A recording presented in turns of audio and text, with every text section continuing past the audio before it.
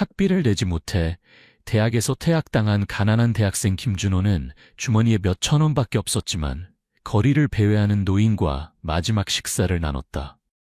3시간 후 온 동네가 준호의 허름한 기숙사 앞에 5대의 검은 마이바흐가 줄지어 서 있는 것을 보고 깜짝 놀랐다. 아무도 무슨 일이 일어나고 있는지 이해하지 못했고 이것이 돈이 아닌 친절함으로 준호의 인생을 바꿀 여정의 시작이라고는 상상조차 하지 못했다. 당신이 친절함이 존재하기 위한 이유가 있다고 믿는다면 아래에 댓글을 남겨주세요. 이 이야기는 당신을 위한 것입니다. 서울의 후텁지근한 여름날, 햇볕은 아스팔트 위에서 열기를 뿜어내고 있었다. 동대문 시장 근처 좁은 골목에는 작은 백반집이 낮은 기숙사 건물들 사이에 자리 잡고 있었다. 플라스틱 테이블과 의자, 낡은 양철 지붕, 볶은 마늘과 간장, 삶은 나물이 섞인 냄새, 프라이팬에서 나는 지글지글 소리, 밥솥에 닿는 숟가락 소리가 어우러져 있었다. 준호는 가게 구석에 앉아 등을 벽에 기대고 주문한 도시락을 꽉 쥐고 있었다. 3,000원짜리 백반, 몇 조각의 짠 두부, 맹맹한 시금치국, 그리고 간장 종지. 그는 바로 먹지 않고 마치 현실과 무언가 더 무거운 것 사이에서 균형을 잡으려는 듯 도시락을 바라보았다. 오늘 아침에 받은 문자는 여전히 핸드폰에 그대로 있었다. 학생 김준호 학번 2180밀은 2학기 학비 미납으로 인해 일시적으로 학업이 중단되었음을 알립니다. 이는 놀라운 일이 아니었다. 준호는 이 일이 올 것을 알고 있었다. 매 학기마다 돈을 마련하기 위해 애를 썼다. 아르바이트를 하고 장학금을 신청하고 원 단위로 모았다. 하지만 이번에는 시간이 부족했다. 샤브샤브 가게에서 주방 보조로 일했지만 손님이 줄어 일자리도 줄었다. 며칠 전 기숙사 사감이 그에게 말했다. 네가 가난하다는 걸 알지만 가난해도 마음만은 착하게 가지렴. 나중에는 굶지 않을 거야. 그때 준호는 그저 웃기만 했다. 하지만 오늘 그 마음이 학업 중단과 빈 주머니라는 한계에 부딪혔을 때도 준호는 세상을 원망하지 않았다. 이마에 맺힌 땀이 마스크 가장자리를 적시는 동안 준호는 주머니에서 몇 장의 지폐를 꺼냈다. 총 4,000원, 한 끼 식사로는 충분한 금액이었다. 아마도 다른 방법을 찾기 전에 마지막 식사가 될 것이다. 아니면 그렇지 않을 수도. 숟가락을 밥에 꽂으려는 순간 준호는 가게 근처 전봇대를 바라보았다. 기울어진 나무 그늘 아래 한 노인이 앉아 있었다. 작은 체구에 헝클어진 머리, 색이 바랜 낡은 한복, 무릎을 껴안고 이마에 땀을 닦으며 노인의 눈은 가게 안을 바라보지만 들어오진 않았다. 준호는 잠시 바라보았다. 노인은 움직이지 않고 단지 서빙되는 식사 접시를 따라 눈으로만 쫓고 있었다. 가끔 입술을 핥다가 고개를 숙이기도 했다. 물어볼 필요도 없이 준호는 이해했다. 그는 일어나 다가갔다. 할머니, 저랑 같이 밥 드시죠. 노인은 깜짝 놀랐다. 마치 그런 부드러운 목소리로 말을 거는 것에 익숙하지 않은 것 같았다. 노인은 망설이며 준호를 바라보았다. 아니, 괜찮아. 그냥 잠시 앉아서 더위를 피하려던 거야. 할머니, 저랑 드세요. 제가 대접할게요. 괜찮아요. 더 거절하기를 기다리지 않고 준호는 노인의 손을 잡고 가게로 안내하여 자신의 맞은편에 앉혔다. 가게 주인이 고개를 들어 뭔가 말하려다가 준호가 가볍게 고개를 끄덕이자 말을 멈췄다. 아주머니, 같은 백반 하나 더 주세요. 국은 채소 좀 많이 넣어주시고 간장 하나 더요. 주변 사람들이 힐끗 보고는 모두 자신의 식사로 돌아갔다. 가난한 사람이 가난한 사람을 돕는 것은 이상한 일이 아니었지만 모든 것이 비싸고 모두가 자신의 삶에 급급한 시대에 그 행동은 여전히 사람들의 마음속에 깊은 인상을 남겼다. 식사가 나왔다. 여전히 두부와 시금치, 흰쌀밥이었다. 노인은 천천히 먹었고 쌀 한 톨 한 톨을 꼼꼼히 씹으며 떨리는 손으로 두부 조각을 집었다. 준호도 먹었지만 간간히 노인을 바라보며 마치 친숙한 누군가를 찾는 듯했다. 식사 중간에 노인이 조용히 물었다. 왜 네가 아무것도 없는데 나에게 밥을 사주는 거니? 준호는 젓가락을 멈추고 노인을 바라보며 부드럽게 웃었다. 저도 잘 모르겠어요. 그냥 할머니가 예전 우리 어머니와 닮으셔서요. 그때 어머니도 전봇대 옆에 앉아 아버지가 일하고 돌아오길 기다리곤 하셨어요. 어머니는 늘 말씀하셨죠. 착한 사람이 있는 곳에 밥이 있다고. 노인은 고개를 끄덕였고 노인의 눈이 빨갛게 변했지만 더 이상 아무 말도 하지 않았다. 식사를 마친 후 노인은 일어나 고개를 숙여 감사를 표했다. 준호는 고개만 끄덕였고 이름을 묻지도 고향을 묻지도 않았다. 마치 그들은 단지 한 끼 식사를 나누고 각자의 길을 가기 위해 만난 것 같았다. 노인은 천천히 걸어갔고 구부정한 등은 햇살 아래 그림자를 드리웠다. 아무도 신경 쓰지 않았지만 준호는 계속해서 바라보았다. 뭔가 이상했다. 단지 한 끼 식사, 작은 행동이었지만 준호의 마음은 훨씬 가벼워졌다. 태학 통지는 여전히 거기 있었고 미래는 불확실했으며 돈은 거의 바닥났지만 왜 마음이 편안한 걸까? 아마도 노인이 식사할 때의 눈빛 때문일 수도, 떠날 때의 조용한 미소 때문일 수도, 또는 단순히 준호가 아무리 가난해도 다른 사람이 굶는 것을 두고 볼 수 없기 때문일 수도 있었다. 가게 주인이 지나가며 준호의 어깨에 손을 얹었다. 모두가 내처럼 할 수 있는 건 아니야. 네 마음을 잃지 마. 인생은 너를 저버리지 않을 거야. 준호는 대답하지 않고 그저 미소 지었다. 그날 오후 갑자기 비가 내리기 시작했다. 준호는 기숙사로 걸어갔다. 신발은 젖고 옷은 빗물에 젖었지만 마음은 따뜻했다. 그날 밤 준호는 오래된 노트를 꺼냈다. 첫 페이지 구석에는 어머니가 적어놓은 문구가 있었다. 품위 있게 살아라.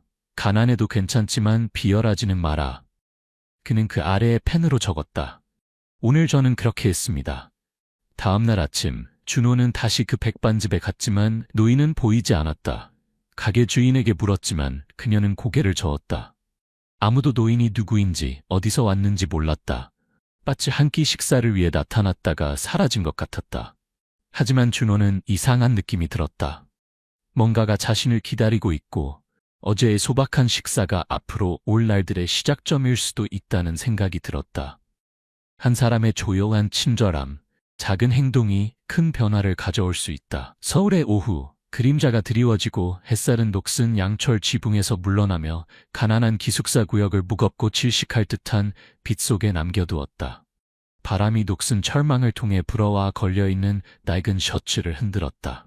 기숙사는 좁은 골목 뒤에 웅크리고 있었다. 벽은 벗겨지고 시멘트 바닥은 얼룩졌으며 하수구 냄새와 말린 생선 냄새가 뒤섞여 있었다. 준호는 방금 백반집에서 돌아왔다. 가게 주인이 불쌍히 여겨 남은 시금치를 담아준 비닐봉지를 들고 있었다.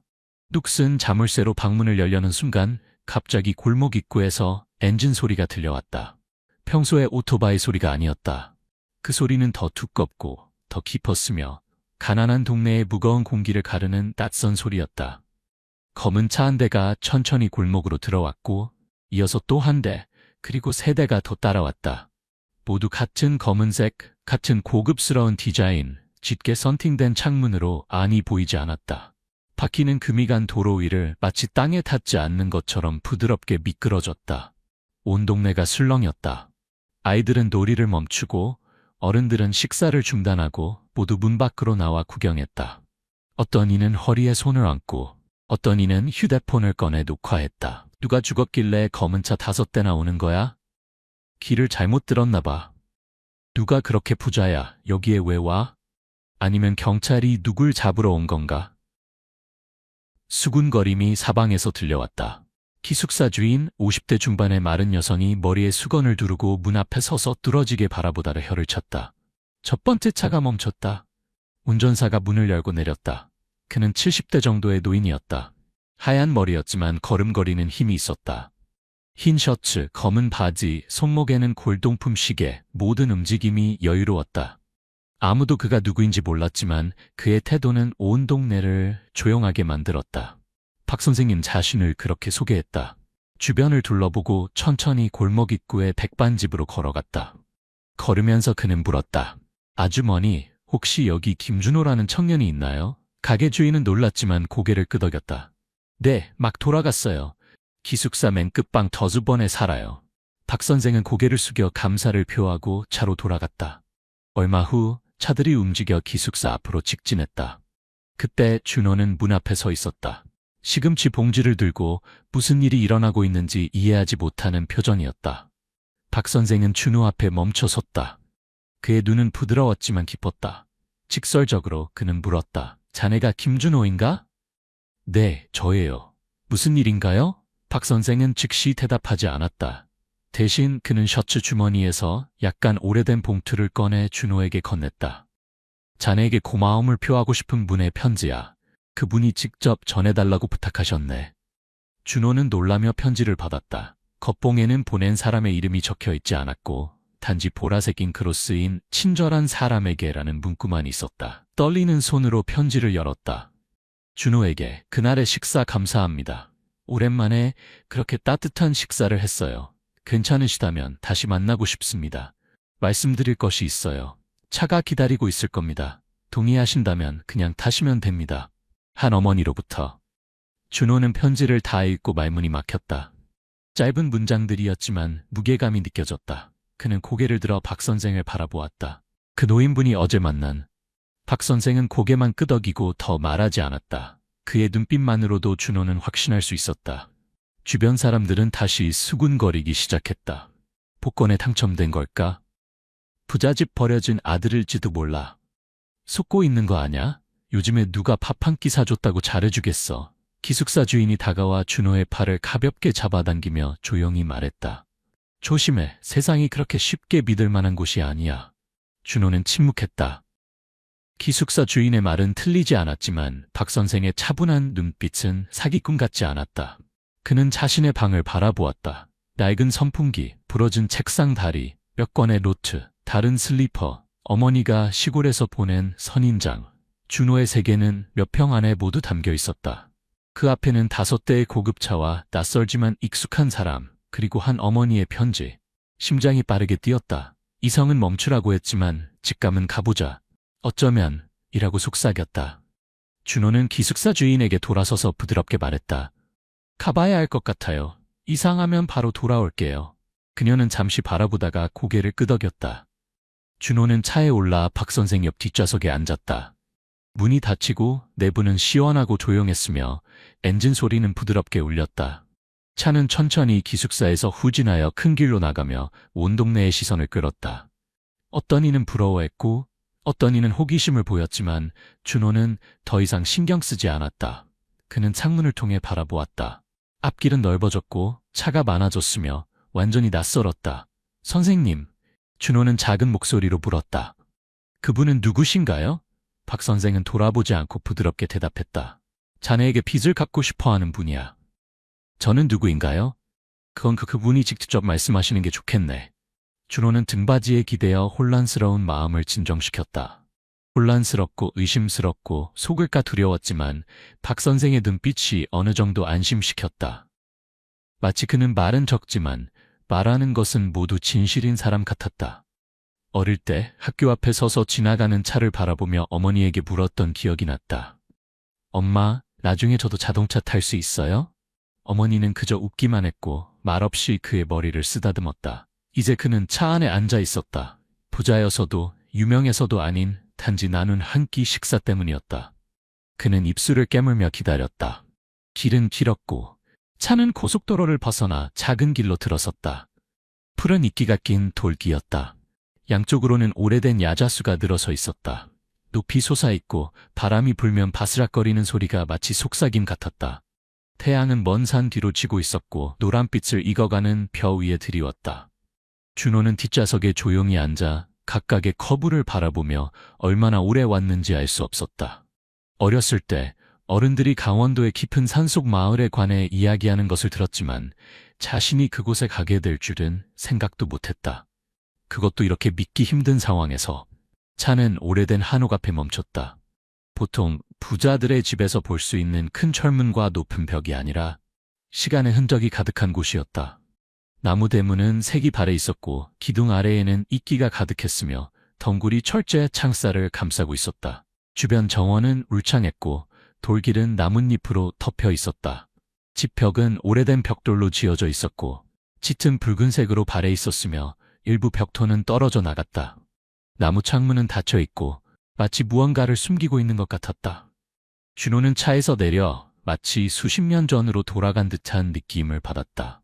이곳의 분위기는 오래되었으면서도 엄숙했다. 마치 많은 것을 보았지만 말하지 않는 노인 같았다. 박 선생은 서두르지 않았다. 그는 준호가 잠시 서 있게 한 후에야 천천히 말했다. 곧장 안으로 들어가 보게. 그분이 안채에서 기다리고 계시네. 준호는 고개를 끄덕이고 다른 돌길을 따라 한 걸음씩 걸었다. 나무 문은 가볍게 밀었을 때 삐걱거렸다. 안쪽에서는 기름등의 노란 빛이 비추고 있었다. 길고 넓은 방, 흑단 가구, 높은 천장, 기와지붕, 은은한 향기가 익숙하면서도 낯설었다. 방 끝 병풍 뒤에는 준호가 백반집에서 식사를 나눴던 그 노인이 앉아 있었다. 하지만 이번에는 노인은 큰 나무 의자에 똑바로 앉아 있었고 손은 무릎 위에 단정히 얹어져 있었으며 등은 기대지 않고 고개는 약간 들려 있었다. 노인의 눈은 더 이상 길 잃은 듯하지 않았다. 그것은 밝고 깊었으며 다소 위험이 있었다. 왔구나. 노인은 준호가 인사하기를 기다리지 않고 먼저 말했다. 준호는 반사적으로 등을 똑바로 폈다. 두려움 때문이 아니라 그 순간 노인이 이 집의 일부처럼 느껴졌기 때문이었다. 견고하고 예측하기 어렵고 쉽게 다가갈 수 없는, 이렇게 멀리 오게 해서 미안하구나. 하지만 편지로 할 수 없는 이야기가 있어. 준호는 고개를 끄덕였다. 괜찮습니다. 저도 모든 것을 알고 싶습니다. 노인은 가볍게 고개를 끄덕이고 준호에게 앉으라는 신호를 보냈다. 준호는 옆에 있는 작은 의자를 선택하여 적당한 거리를 유지했다. 테이블 위에는 오래된 도자기 찻주전자가 있었다. 노인은 손이 떨리지 않고 차를 따른 후 준호를 바라보았다. 내 이름은 박순자예요. 이 집은 원래 친정 집안의 것이었어. 남편은 일찍 세상을 떠났고 유일한 아들도 거의 10년 전에 죽었어. 이제는 아들의 자식인 손자 하나만 남았지. 준호는 무슨 말을 해야 할지 몰라 그저 주의 깊게 들었다. 손자는 공부도 잘하고 성공했지만 어릴 때부터 냉정하고 감정이 별로 없었어. 나중에 해외에서 돌아와 나를 시골에서 서울로 데려와 함께 살았지.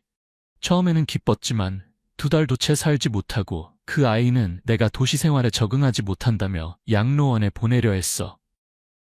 박할머니의 목소리는 높지 않았고 원망하는 투도 아니었지만 각 단어는 공기 중에 무겁게 내려앉았다. 내가 거절하자 그 아이는 화를 내더니 택시를 불러 시골로 데려다 준다며 나를 시장 근처 병원 앞에 그냥 내려놓고 가버렸어. 준호는 손을 꽉 쥐었다. 그는 밤중에 혼자 앉아있는 노인의 모습, 가족 없이 돌아갈 곳 없이 남겨진 모습을 상상했다. 나는 길거리를 배회하며 공원 벤치에서 자고 자선 식당에서 밥을 먹었어. 주는 대로 먹었지. 그러다가 어느 날 한 젊은이가 나에게 밥을 나눠줬어. 이름도 묻지 않고 외면하지도 않고 귀찮아하지도 않고. 준호는 눈을 깜빡였고 심장이 빠르게 뛰었다. 박할머니는 그를 바라보며 말했다. 네가 그저 친절함 때문에 그랬다는 걸 알아. 보답을 바라지 않았겠지만 나는 잊지 않았어. 공간은 조용해졌고 테이블 위에 차는 식어갔다. 잠시 후 할머니는 계속했다. 나는 많은 시간이 남지 않았어. 이 집, 이 땅은 남들에게는 그저 물려받은 재산으로 보일지 모르지만 이것은 조상과 기억의 뿌리야. 나는 이것이 배은망덕한 자의 손에 들어가는 것을 원치 않아. 준호가 이해하기도 전에 할머니는 계속 말했다. 네가 동의한다면 나는 네가 여기서 3개월 동안 머물기를 바라. 많은 일을 할 필요는 없어. 그저 네가 지금처럼 착하게 살면 돼. 3개월 후에 내가 괜찮다고 생각하면 유언장을 작성해서 이 집을 너에게 물려줄 거야. 네가 거절한다면 내일 박 선생이 너를 서울로 데려다 줄 거고 아무도 누구에게도 빚지지 않을 거야. 준호는 놀라서 할 말을 잃었다. 넓은 집, 여러 세대 동안 지켜진 집, 누인 같은 분이 어떻게 그런 제안을 쉽게 할 수 있을까? 저는 자격이 없을 것 같아요. 저는 그저 가난한 학생이고 할머니와 혈연관계도 없어요. 할머니는 단호하게 말을 잘랐다. 내가 집을 지킬 사람을 선택하는 거야. 집안을 선택하는 게 아니야. 또 다른 침묵이 흘렀다. 바람이 나무 문을 통해 불어와 벽에 걸린 마른 잎을 흔들었다. 어딘가에서 풍경 소리가 진동하며 향 냄새와 오래된 나무 냄새와 섞였다. 준호는 고개를 숙였다. 머릿속은 실타래처럼 엉켜 있었다. 이 기회는 너무 크지만 그에 따른 부담과 책임, 이용당할 수도 있다는 두려움, 자신이 이해하지 못하는 게임에 휘말릴 수도 있다는 불안감이 따랐다. 며칠 생각해봐도 될까요? 할머니는 고개를 끄덕였고 눈빛이 부드러워졌다. 사흘, 그동안 여기 머물면서 이곳이 어떤 곳인지 살펴봐. 바로 그때 창문 밖으로 그림자가 스쳐 지나갔다. 준호는 머리를 꾹 돌렸고 잠깐 차가운 눈빛이 보였다가 대나무 정원 뒤로 사라졌다. 박 선생이 이때 옆문으로 들어왔고 눈길을 정원 쪽으로 슬쩍 던졌다. 그는 아무 말도 하지 않았지만 준호는 그가 이미 그것을 알고 있다고 느꼈다. 박 할머니는 뒤돌아보지 않고 그저 차를 한 모금 마시고 조용히 말했다.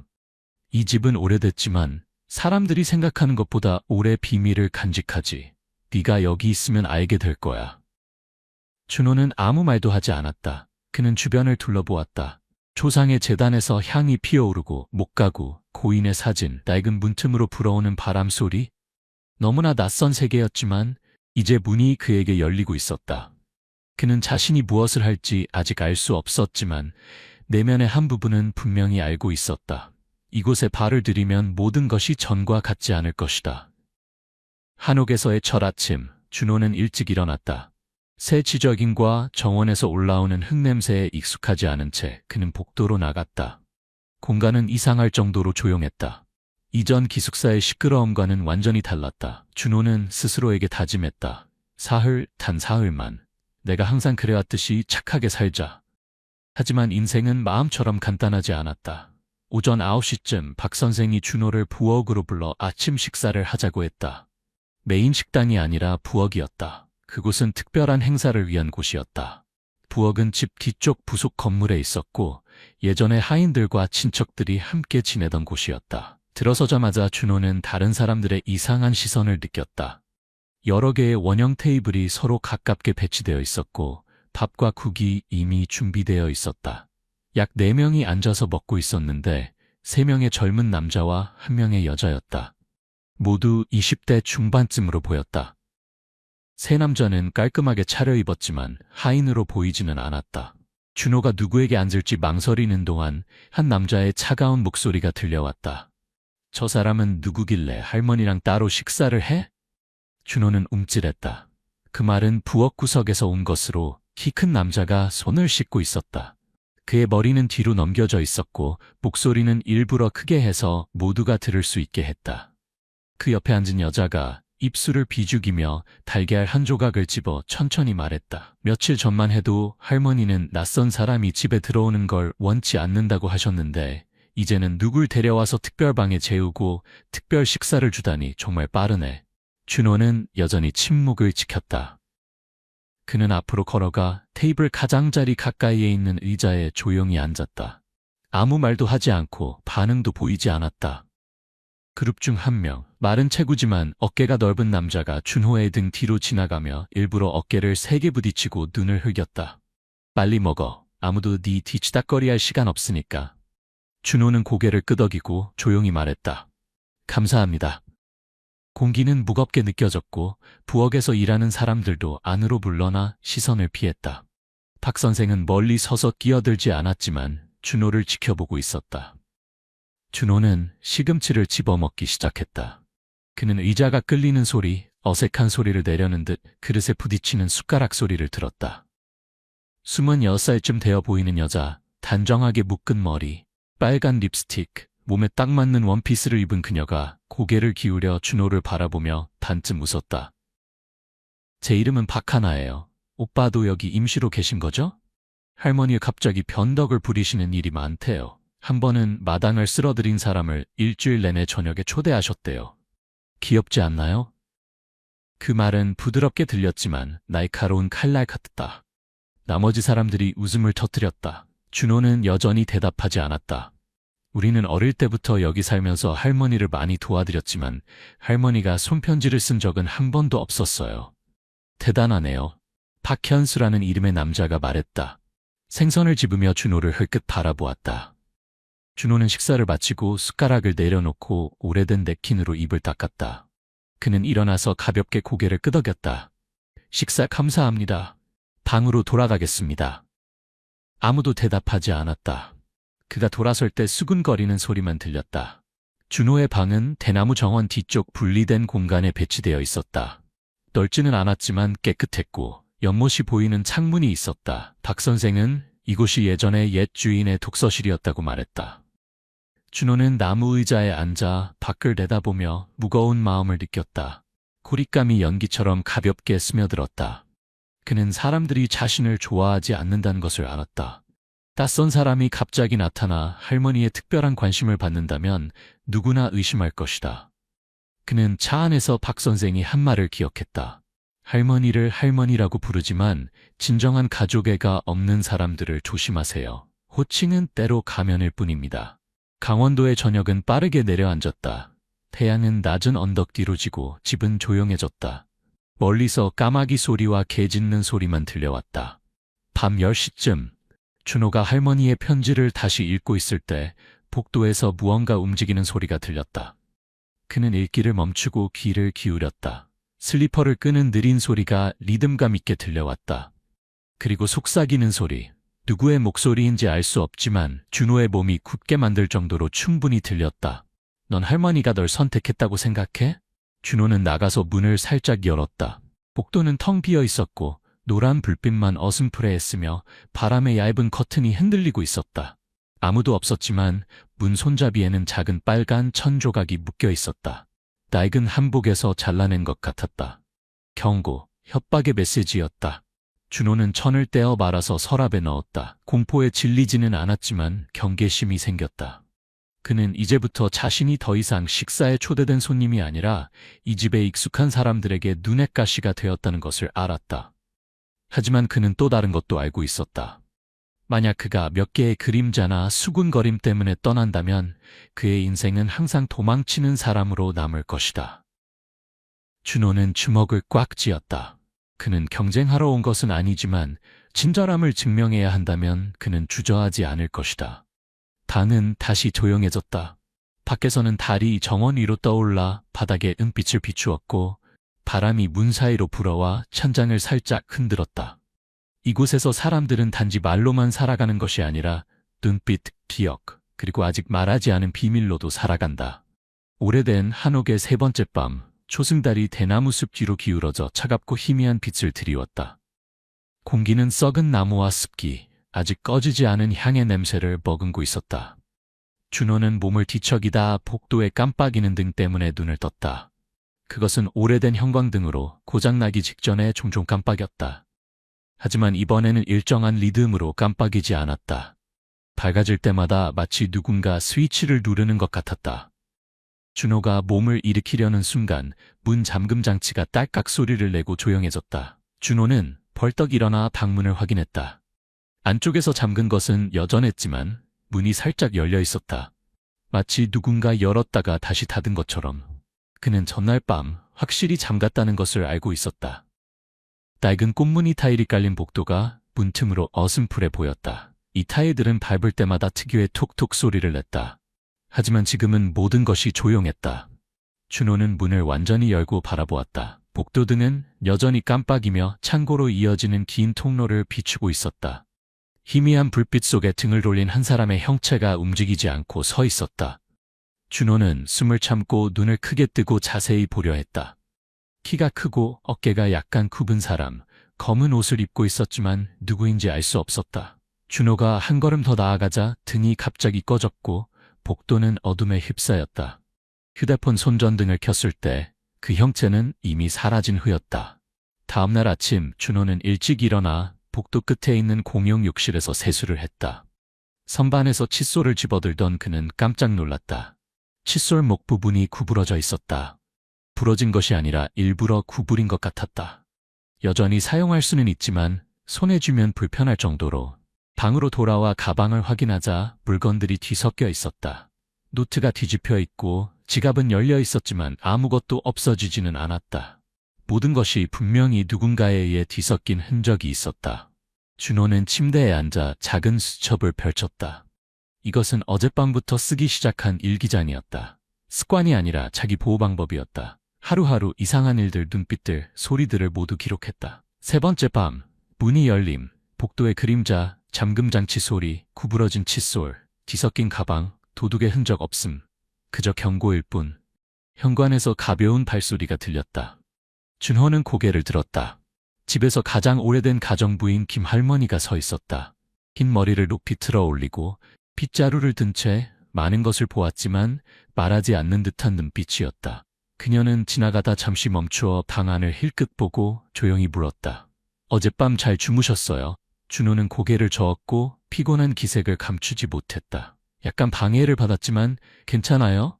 김할머니는 가볍게 고개를 끄덕이고 바닥을 쓸기 시작했다. 잠시 후 그녀는 더 낮은 목소리로 말했다. 이 방은 예전에 옛 주인 방이었어요. 그 일이 있은 후로 할머니는 아무도 문을 잠그지 못하게 하셨어요. 누가 잠그면 열게 하셨죠. 준호는 몸을 돌려 물었다. 그 일이요?